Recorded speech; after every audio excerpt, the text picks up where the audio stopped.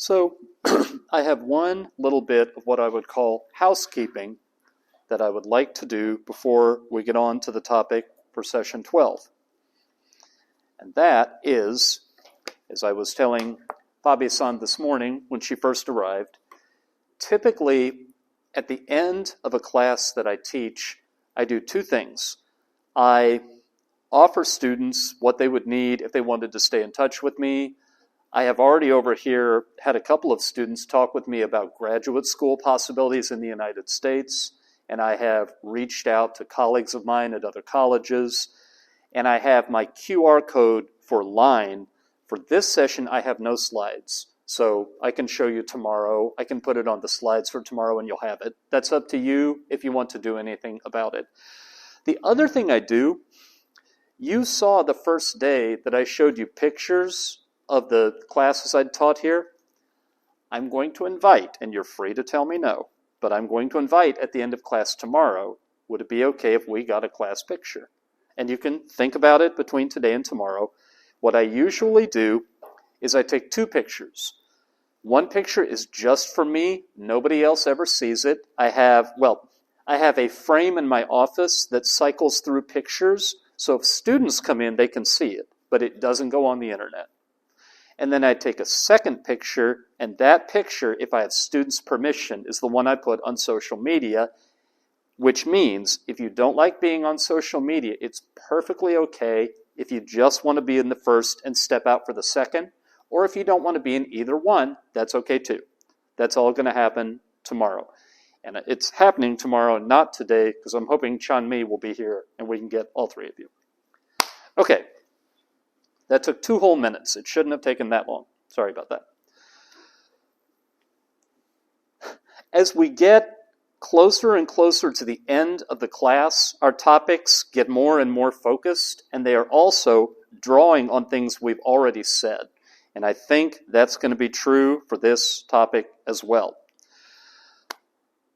One of the classes I teach it every fall. Well, at my college in the United States, students have to take one communication class to graduate, and I have a general class that covers the basics of communication. I also have a class that is titled Health Communication. The Graduate Council on Medical Education in the United States is the organization that accredits all medical schools. So from Harvard Medical School and Johns Hopkins Medical School all the way down, every one of them, they have to become accredited and renew their accreditation. Otherwise, people who go to the medical school could not get their license to become a doctor. Now, the standards that they require medical schools to meet to be accredited, they have to teach medical science, obviously. They have to teach medical ethics, right and wrong. They have to teach enough business knowledge to run a medical practice. The newest accrediting standard they adopted so recently, I was already a professor when it was adopted. In 1997, they adopted a standard that all medical schools have to teach their doctors or their students trying to become doctors communication. It is now considered a basic part of a medical education. So every fall, I teach Introduction to Health Communication to our biology majors and to students in a couple of other majors who tend to go on to medical school or other healthcare professions. So what I want to talk about now is I want to talk about 2 things that research shows about Japanese doctors in Japanese healthcare and how that's different from healthcare communication in the United States. And I am pretty confident, I'm confident that there's an influence, a major influence from Christianity. So the first one you're not at all going to be surprised by. You could, as a matter of fact, what do you think the difference will be between Japanese doctors talking to patients and American doctors talking with patients? I bet you'll guess. Give it a try. based on what we've been talking about already.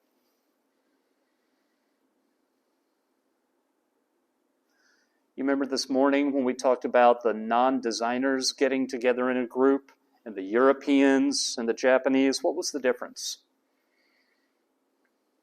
The Japanese would listen what the doctor says without saying anything back. So we said that in the design experiment, they'd listen to the expert. And they didn't feel like they could make suggestions because the expert was the expert. But the Europeans would make lots of suggestions, even though this person was a design expert. So the first thing to say about healthcare conversations in Japan, they tend to be very much about the doctor being an expert and an authority.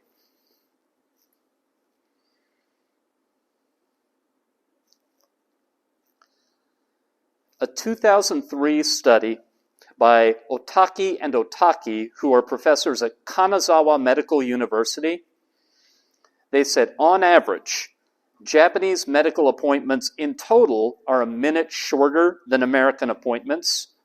They have a longer physical examination, which means even less time talking.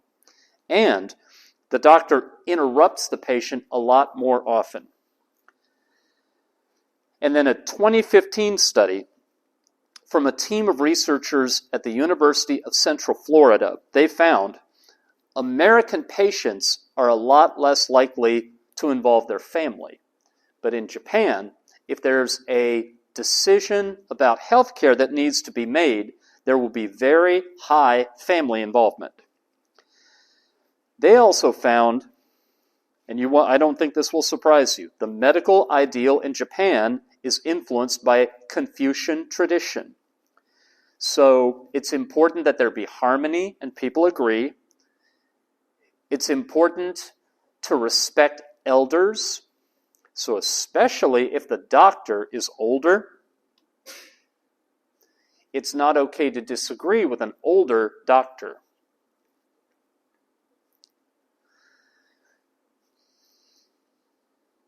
And I'll wait, you're still writing.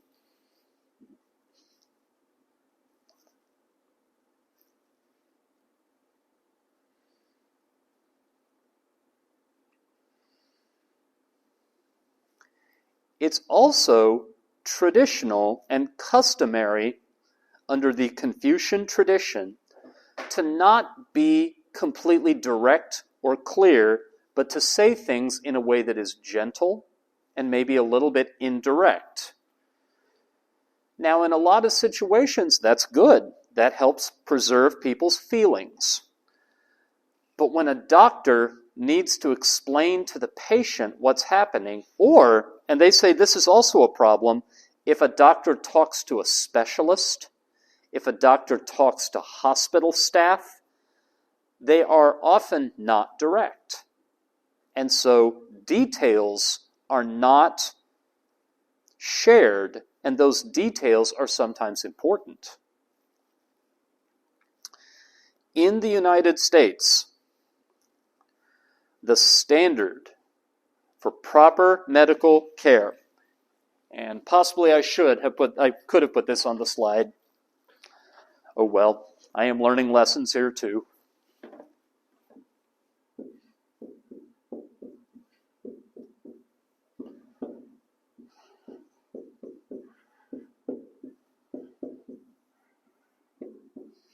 Patient-centered healthcare. When I introduced that idea to students in my health communication class, this is the way I do it. Let's imagine you have a doctor and you have a parent who brought in their child, and it is a family doctor, a pediatrician who treats children.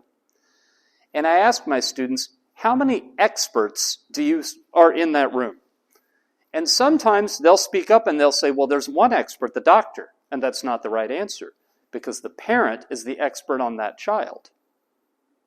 The doctor does not know more about that child than that father or mother does. Now, if you take the child out of that picture, let's say you go to the doctor and you are having symptoms. How many experts are in the room? You and the doctor.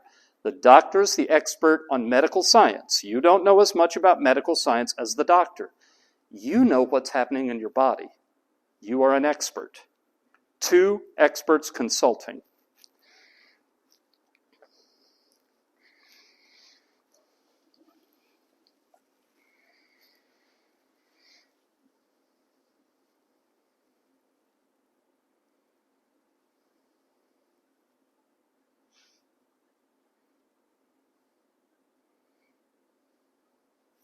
One of the most basic things American doctors are taught now is when the patient comes into the room, ask them something open-ended like, what brought you here today? And then sit back and listen.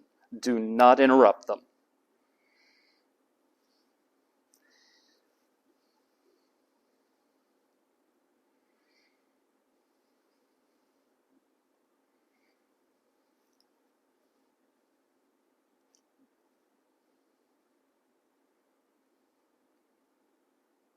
They're also taught, as the patient gets to the end of what they want to say about why they came that day, ask them questions that encourage them to add more detail. Get them talking again, and get them to keep adding details, because those details will tell you what they have. And while you're talking to them, you can listen with your stethoscope, listen to their heart, listen to their breathing. You can do things like that while talking, but make it safe for them to talk, because the more they tell you, the more you don't cut them off and just fire questions at them, the more the 2 of you become partners, and they can see that what they experience, it's okay to talk about it. The research shows 2 things happen. Patients are less likely to stay as sick. They are more likely to recover fully. And patients also will report that they trust their doctor and feel willing to come back sooner when they have problems. And probably the most important difference of all, when the doctor and the patient agree on what the treatment plan is going to be. So I'll give you this prescription, but you're also going to rest. You're going to be careful about getting more sleep. You're going to drink lots of water. When the patient and the doctor agree on that, the patient does a better job of actually following it. In the United States, if a doctor says, well, here's what you need to do these 3 things, there may be one of them the patient is not able to do or not willing to do. Doctors in the United States will sometimes say, you need to go out for a walk, to elderly patients. You need to go out for a walk around your neighborhood every day, at least 15 minutes. Well, that elderly person might live in a high-crime neighborhood where that's not safe. They might be ashamed of it and not want to tell their doctor. But if the doctor has listened enough to build trust, then the doctor can phrase it like, could you go out for a walk every day? Would anything prevent you from doing that? And the patient can then say, I wouldn't feel safe doing that. And then they agree on something that the patient does feel safe doing, and then the patient will do it. So, the model, patient-centered healthcare. Now here I will admit, I'll wait while you write, because you're writing. I will admit, how things have been until now is changing.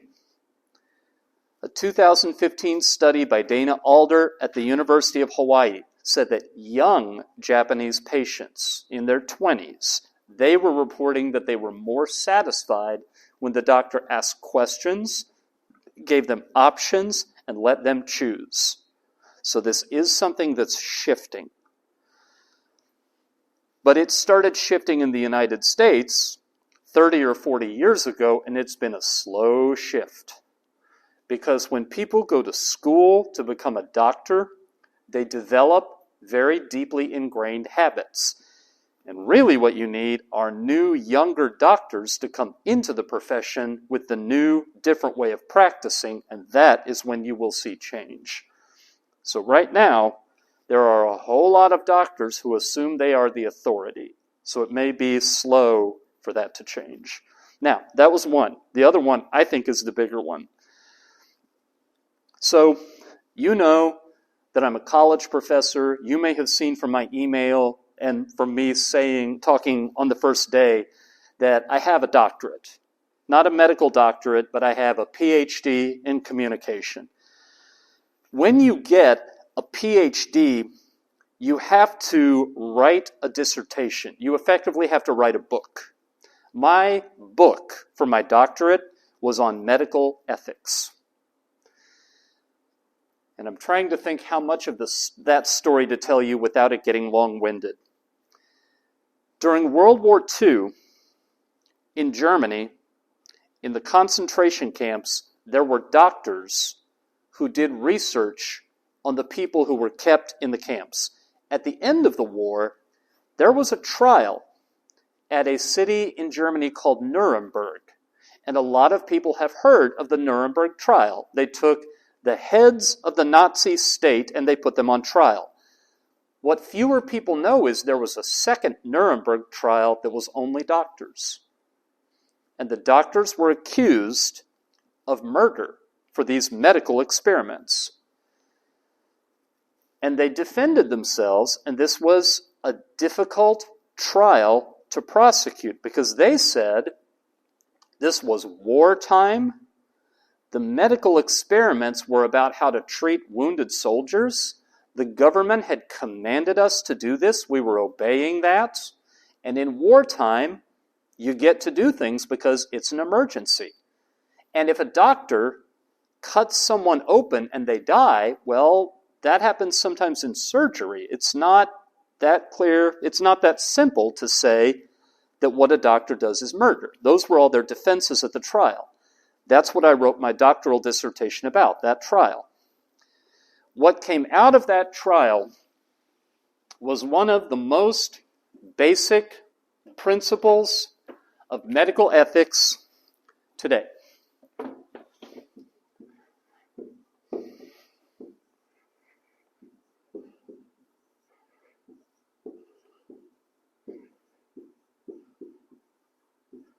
Informed consent. So, let's imagine that Mari-san, or actually, well, I don't want to talk about her behind her back.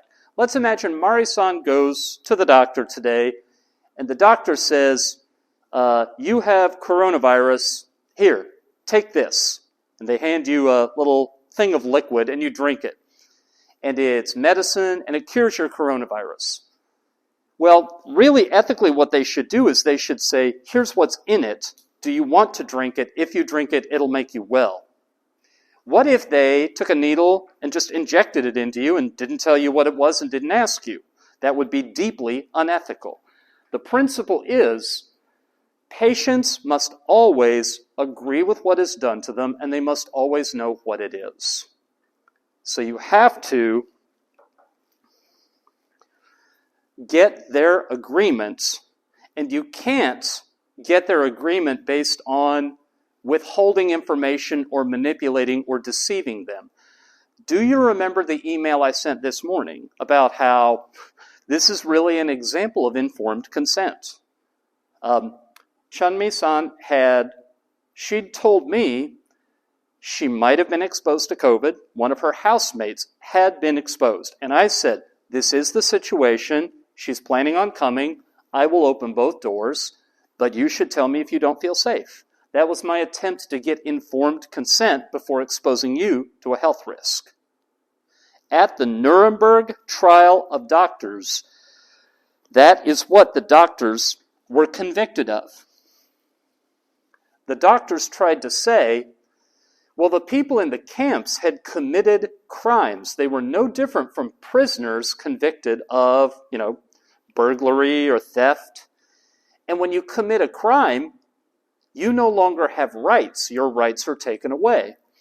And it was also wartime. It was an emergency. And the court said no. Anytime a doctor practices medicine on a patient or does a medical experiment on a human, that patient, that human, has to consent and has to know what they're consenting to. Now, what does this have to do with medicine in Japan? It's a long-held tradition that if a patient, I'm not going to point to either of you because this would be bad, if a patient has a really bad diagnosis, if they have cancer and it's untreatable and it's going to be painful and it's very bad news, the doctor does not tell the patient. The doctor tells the family, this is what your grandfather has. And then goes in and tells the grandfather, you're going to be fine. Now, I called the requirement of informed consent very basic medical ethics. Actually, on Monday, we talked about the weird problem. It's about to appear here as well. Informed consent has been argued about. It has been controversial. Some people say it's appropriate in some cultures, but not in others. Some people say in cultures that are high power distance, you might only need the consent of the head of the family, or even the head of the entire village. And everybody in that family might agree the head of the clan speaks for all of us. So the idea that every individual has to agree to every treatment, that might be the kind of thing that only ought to be true in an individualist culture. That argument is sometimes made. And in the interest of being a teacher, I want to make sure you know that argument is sometimes made. I don't agree with it. The thing about medicine is based, first of all, on very highly developed trust.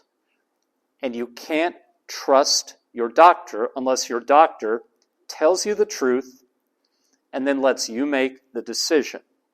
Going all the way back to the earliest days of medicine, one of the most ancient teachers of medicine back in ancient Greece, a man named Hippocrates,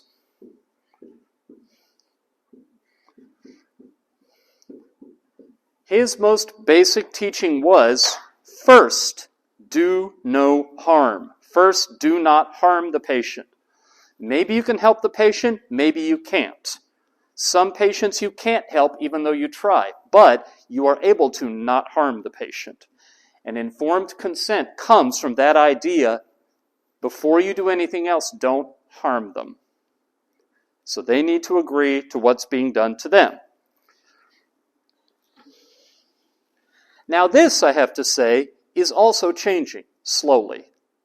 The idea that it's appropriate to not tell the patient the bad news, but instead tell their family, that is increasingly being regarded as outdated, something to be left behind. But you might be aware, in Japan, when things are outdated and it's time to leave them behind, they often still have very, very enthusiastic defenders who say, no, let's hold on to our traditions. So that, I think, is also going to be kind of slow to go away. Now, the second half of this, as it always is what are the roots of the difference that have to do with Christianity? And I have two things to say about that. It may be the simplest presentation I have in this entire class. Only one of them is going to be a Bible passage. We're going to go back to the first book of the Bible, when God was creating everything. At the beginning of the first book, He creates the universe. And then He creates a lot of things. And last, He creates the first human beings. And we're going to look here at what the Bible says He said when He created the first human beings.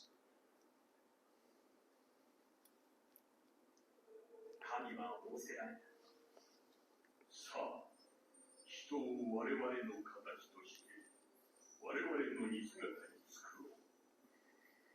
こうして彼らが海の魚、空の鳥、家畜、地のすべてのもの、地の上を這うすべてのものを支配するようにしよう。神は人をご自身の形として創造された。神の形として人を創造し、男と女に彼らを創造された。神は彼らを祝福された。神は彼らに仰せられた。埋めよ、増えよ、地に満ちよ、地を従えよ。海の魚、空の鳥、地の上を這うすべての生き物を支配せよ。神は仰せられた。見よ、私は地の全面にある。種のできるすべての草と、種の入った実のあるすべての木を、今あなた方に与える。あなた方にとってそれは食物となる。また、生きる命のある地のすべての獣、空のすべての鳥、地の上を這うすべてのもののために、すべての緑の草を食物として与える。するとそのようになった。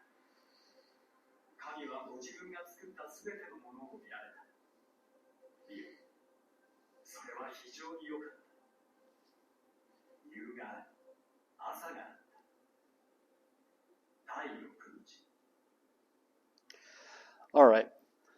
That was a long passage, really, to direct your attention to about two things. Three. One of them I'll do very quickly. Did you notice that God said, "Let us make man in our image"? It says that all the way through this chapter. Whenever God creates something, he starts by saying, "Let us make this. Let us make that." Now, what did we learn is the Christian teaching about who God is on Monday? Anybody?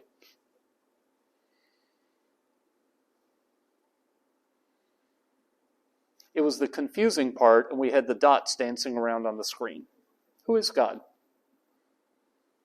And why are there 3 dots dancing around on the screen?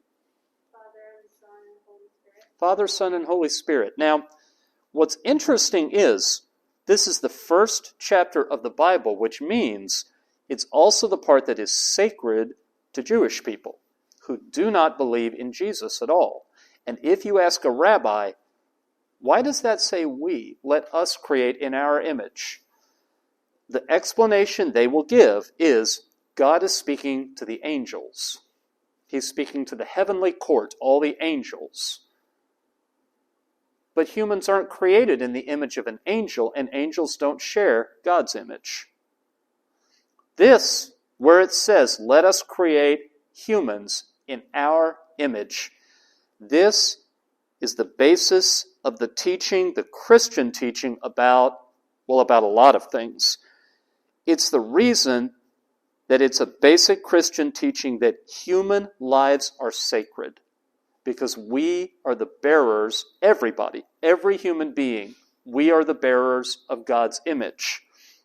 The Roman Catholic Church forbids abortion and also opposes the death penalty because human life is sacred and may not be taken. Because we can't create a human life, we can't take away a human life. In the United States, the loudest, most energetic opponents of abortion are also in favor of the death penalty. Because what they're trying to do is they're trying to manipulate people's emotions to win elections. But the Catholic Church has a consistent position. Life is sacred. All life. The life of babies, the life of convicted murderers. Taking a life is wrong. Why? Because humans are created in God's image.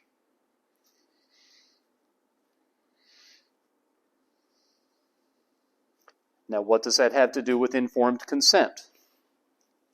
Not only are humans sacred, but every human deserves dignity. And you do not manipulate their body, which medicine does, without their agreement. And they have to know what they're agreeing to.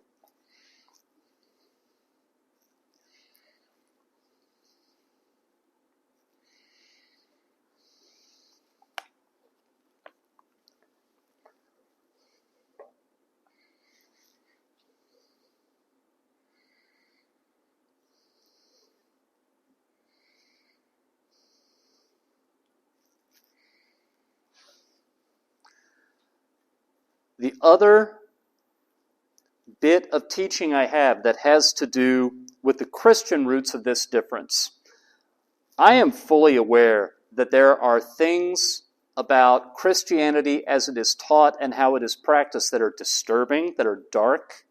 That's what we're devoting tomorrow to. We're going to do the morning session about abuse. We're going to do the session right after lunch about populism and racism and Donald Trump. But right now, I am about to be a cheerleader for Christianity based on history, and that is hospitals were an invention of the Christian faith. That is not something that a preacher would just preach from the pulpit. That's something historians agree with. In Rome, in the 200s, back in the 3rd century, there was a plague that spread all across the empire. We think that it might have been smallpox or it might have been epidemic flu. But the bishop of the church in North Africa, a man named Cyprian, he called on all Christian doctors and all Christians. He said, go into your community and care for the non-Christians as though they were your family. And he said, you are to do that because that's the example Jesus set. And it is written down in histories kept by people who had no connection to Christianity. Well, and I almost missed a detail. Christianity was still persecuted in Rome back then, so it was illegal. People would be put in jail for being practicing Christians. And during the plague, the enforcement was increased because a lot of people thought the plague was happening because the Roman gods were displeased with the Christians. And the plague was so severe because of the Christians. But the Christians who obeyed Cyprian, they showed such compassion that people started to convert. They wanted what these Christians had. In 312, the year 312, there was another plague. And once again, Christians followed the same pattern. They found people starving and they gave food to them. They found people sick and suffering and dying, and they took care of them. Back then, there was no treatment for plague. There was no medicine. There were no vaccines. So when plague came to a city, you know what you did? You left the city. You ran away. You went to your country home where there were not a lot of people around. The Christians stayed in the cities. Back then, doctors would run away from the plague, especially doctors because they knew what it was and they knew they could die from it. They were the first to leave. But the Christian doctors would go and find people who were sick, and commonly the Christians would also get sick and die, but as they got sick, they would carry on praying and they would carry on taking care of the people around them. What they did during this period, their houses that they were bringing people into became the very first hospitals. The English word hospital is based on hospitality, which is the word for welcoming someone into your home. This is the period of history when when Christianity went from being small and out of the way to very widely practiced. And I wish that Christians today still had that kind of completely unselfish love, and you will find some that do, but not nearly as many. But because that is the root, when you look at the practice of medicine and how in the United States, the way the medical profession has grown, they insist on being patient-centered and on the top priority is the dignity of the patient, the participation of the patient, the tradition of Christian involvement in medicine. I mean, if you look around the world at hospitals, and you look at how many of them are named for saints, Christian saints, that's really where a lot of that profession came from. The ethical ideals of compassion and easing suffering and going to people who are weak and broken and at risk of yourself, taking care of them because they have a need. You remember the story of the Good Samaritan. If someone has a need, they're your neighbor. And Jesus commanded Christians, go and love them, doesn't matter who they are. To this day, in the United States, hospitals are required by law and by ethics. Anyone who comes in the door and is suffering or in pain, they take care of them enough to get them stable, even if they have no money. It's one of the few places in the United States where that's true. Other agencies will let broke people starve to death, will let broke people sleep outside, but a hospital will take care of whatever pain they have, at least until they're medically stable. And that's because of the Christian root. Okay, I have talked myself out for the last time today. It is 2:42. I'm going to kill the recorder.